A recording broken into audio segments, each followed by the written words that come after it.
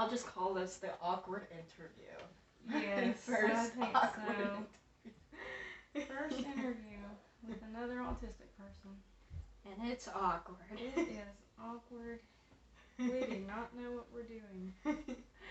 Yes. And we both struggle with eye contact. Yes. Yes.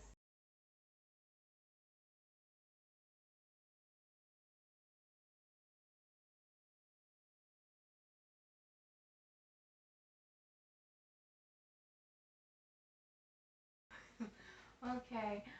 Welcome to the Ask Be Me. My name is Rana. I'm here with a guest. Yeah. Oh, I think you wanted me to say my name. Tera. Yes. Alright, so this is Tera. Would you like to say a little bit about yourself?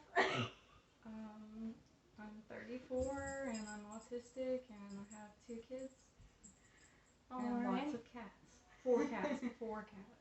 And 1 dog. Yeah. I don't count the dog. She's a working dog. She's just like for, if people come to the door, she barks. She also works as a vacuum cleaner. Well, that's good. Yeah. Very useful. Yeah. Okay.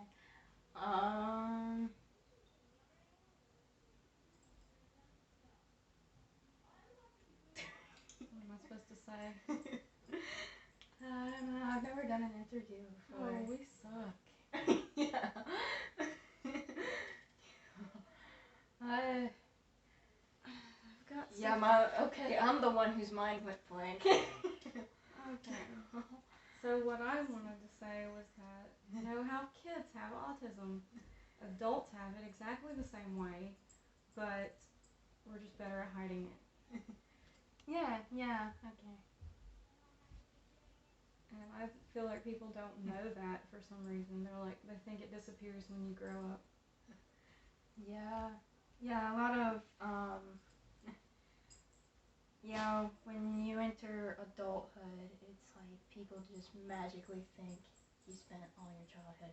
But the thing is, you didn't spend all your childhood knowing that you were autistic. Mm-mm.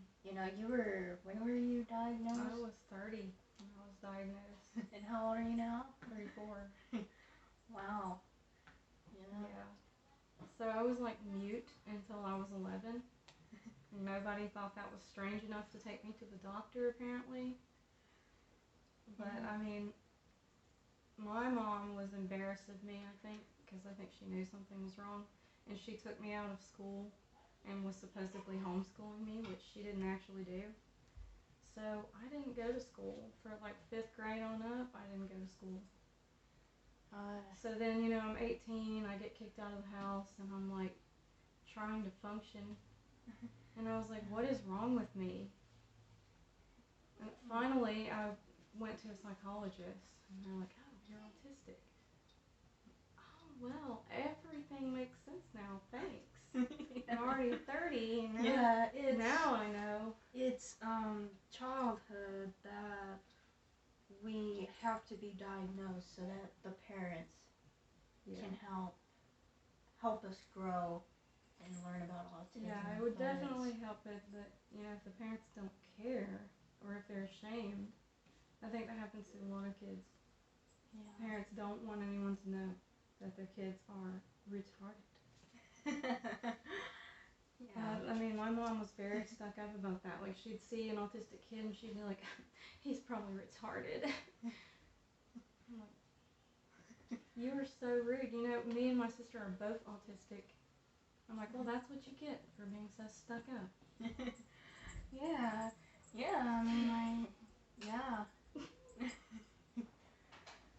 So, are there any special ways that you use to help with socializing? Mostly I just avoid it.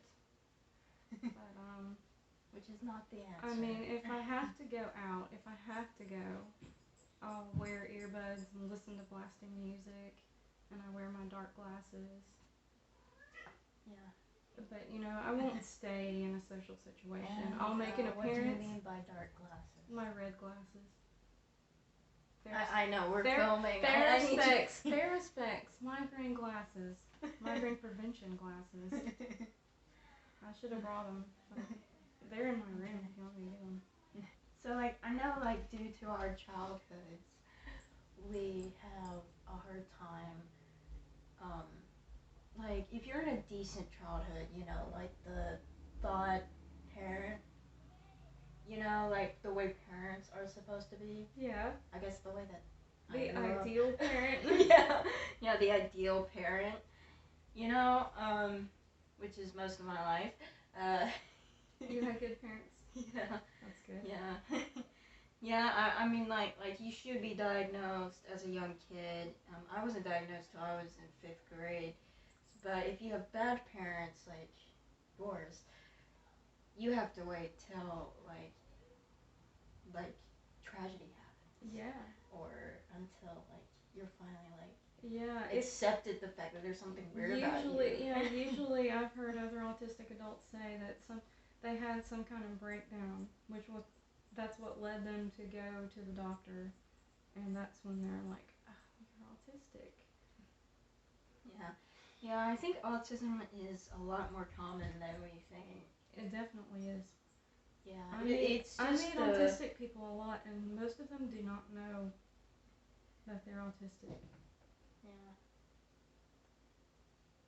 Like, one of them even, I suggested it, and he was like, uncomfortable about it. Like, because people consider it embarrassing, and maybe they don't know what it is. Yeah, because growing up, I actually found it a little bit embarrassing to talk to an autistic person. Like, so it's actually a very funny story. I think I told you it before, but I don't remember. So when I was growing up throughout elementary school, the teachers would always talk about the special educational kids, and they would call it special ed kids. Mm-hmm. But growing up, I thought they were saying special kids. Those special kids. I thought they were stuttering or something. Yeah. So like, sometimes I'll come home telling my parents, hey, a special kid saw me today, or I waved at a special kid today, or I talked to a special kid today. And then my parents would be like, they're not special. They're normal kids, just with educational disabilities. They just think differently than you do. Well, apparently they don't, because I'm autistic as well. I'm a special kid. Sorry.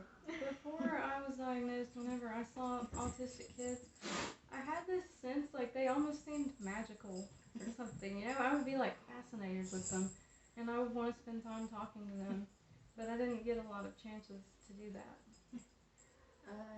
Yeah, I remember there was like this one girl, she was taller than me. I think she was in a higher grade, and I just remember her. Yeah, I mean, like, I always found it, like, of course, like, I hate saying this. I absolutely hate this. But she looked different. So I think she might have had, like Down syndrome, too. Mm-hmm.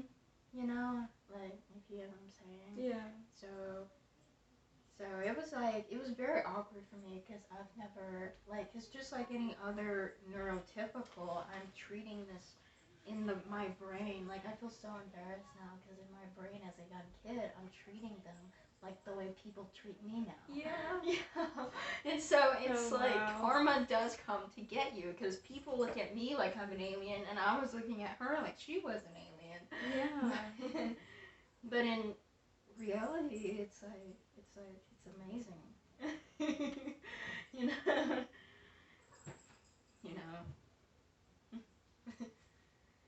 Yeah. Yeah, that's definitely. So have you, like, a lot of autistic people talk about, how they're compared to foreigners. But have Oh, you yeah. ever I like mean, I feel like I'm practically from another planet. Like I am so different, and it makes it worse when I go outside and I'm around people and I see them talking and I'm like, what they're talking about is so weird to me. And I'll just spend a lot of time observing them and seeing what subjects they talk about and how they talk about it. But it's nothing I would ever do with anyone. In private at home, we would never have those kind of conversations like, oh, how's the weather today? Or we're talking about like, oh, school and clothes, shopping. I'm like, I would never talk about those things. yeah. Like, if you talk to me, I'm going to talk about like science, animals, weird metaphysical stuff. It's going to be something really weird. Yeah, there was actually this meme that was saying, it was like showing Sherlock Holmes. It was Benedict Cumberbatch who plays Sherlock Holmes, and I forgot exactly what the meme says, but it was basically like, so whenever you talk about normal life, and I talk about math, science, and history, and my interests, basically, you're telling me to control my autism. Yeah. Yeah. Yeah, like People don't want to hear. like different people have different ideas about what their subjects should be. Like people talk about the weather in school and Just all that just because, it's simple talk, it's easy to remember, it's easy to like just grasp, and growing up I really liked deep conversations. Yeah. And like, if we're not having a deep conversation, I'm not having a conversation. Yeah. Like, I'll leave. I'll wander off. I'll find something to do. I'll start looking at my phone. I can't cope with that. I'm like, shut up. You're so annoying. I've got to leave. But I don't want to be that rude. So I try to just escape. And then on top of that, it's like, have you ever?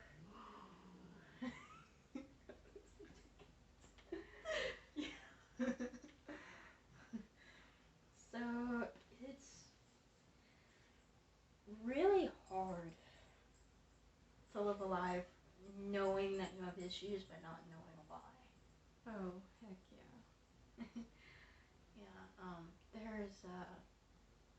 Yeah. There's also a thing where people believe that autistic people don't have emotions. Oh, yeah. I've heard that one. Yeah, how like can we're they robots. how can they meet us and think we don't have emotions? Have you seen meltdowns? Like, we got a lot of emotions and shutdowns. I know that's like a terrible word to say when you're comparing to a robot, but no, I do. Have you seen Star Trek with the character Data? Yeah. I really relate to him. A lot of the robot characters or the alien characters that you see on TV, how they have like a weird personality. Yeah. Those personalities are based on autistic people. That's why people have that association. So I relate heavily to Data. It's like my favorite TV character. Yeah, like every time there's like just watching a show and there's somebody who's not part of the culture, just jump in and just ask like, why are you doing this? What's this dance for? It's like, I relate. I have to do that every single day. Yeah. What does that facial expression mean? Like, you just said something. What does that mean? What tone were you using? Were you being sarcastic? I couldn't tell. Yeah. Well, I think the worst thing people do is they're indirect. Yes.